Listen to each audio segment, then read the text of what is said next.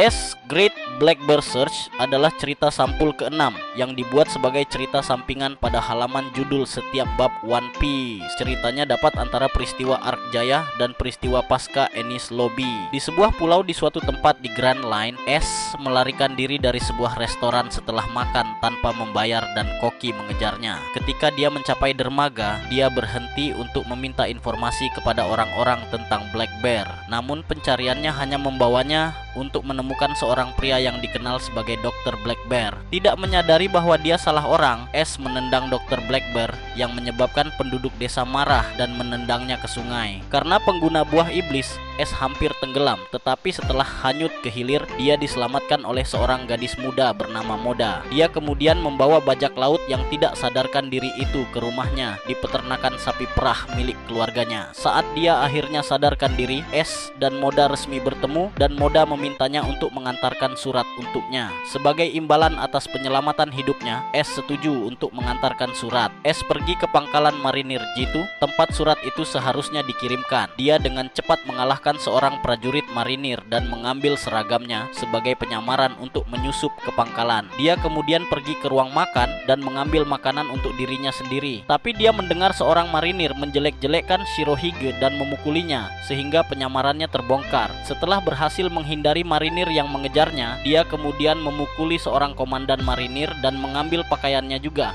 sambil memakan makanannya. Di bagian lain pangkalan marinir, sebuah rapat dengan cepat berubah menjadi masam karena kopinya yang sangat pahit. Bahkan komandan dan wakil laksamana Komil membencinya. Di tempat lain, sebuah kapal pengintai marinir mendekati pangkalan dan S terlihat sedang meminum kopi yang pahit itu. Kapal pengintai tiba-tiba dibakar oleh beberapa bajak laut dan marinir sangat khawatir karena dokumen rahasia ada di kapal pengintai. Ketika salah satu dari mereka melompat ke dalam kobaran api, marinir itu ternyata adalah S yang kebal terhadap api berkat kemampuannya. Dia membawa beberapa dokumen serta seorang marinir yang tidak sadarkan diri saat masih terbakar. Namun ini menyebabkan marinir dengan cepat menyimpulkan identitas S dan mengejarnya lagi, tetapi dia mampu menghindari serangan mereka berkat kekuatan logianya. Sebelum melarikan diri, S menyerahkan surat Moda kepada Komil saat masih ditembaki. Komil membaca surat Moda yang menanyakan kepada marinir